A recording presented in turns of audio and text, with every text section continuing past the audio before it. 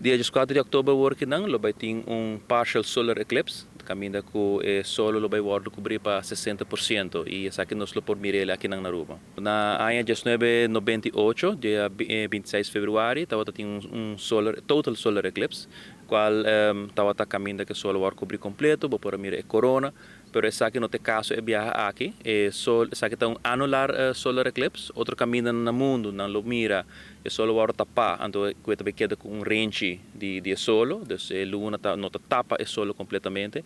Aqui na Naruba nós vai mirar 60% de luna tá agora tapar. Eigenlijk durante o processo aqui na bolo mês, porque o aqui lobo mês por o aqui com bril special.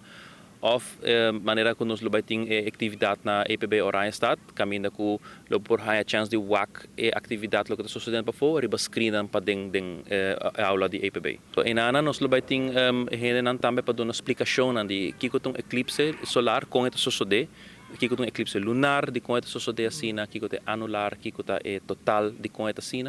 Nós vai estar debutando também com nos planetário, caminho para o meio viajar na Aruba, nós também temos planetário, que é por cinta, wagdenje, e qual tá algo que nós vai usar também para dar leste também na escola.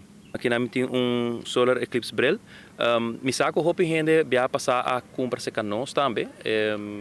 Te cor par anos atrás e aportar algum gente tem isso ainda guardar de eclipse ano 98. Não é recomendável para usar não mais. So dorco é plástico especial tá. E o tempo passa. E tempo passa, é vira bio, então é preferível se você vai comprar novo. Então para por wake. Nós temos vai ter available na Urataka Center. Okay. Esse é meu volta Facebook page para wake availability de nos voluntários não, que não oran vai na parte da tarde, oran cabitraha, na modo que não por vende shade não aqui. A mim tem invitar o povo de Aruba completo para seguir nos Facebook page Space and Nature Aruba Foundation.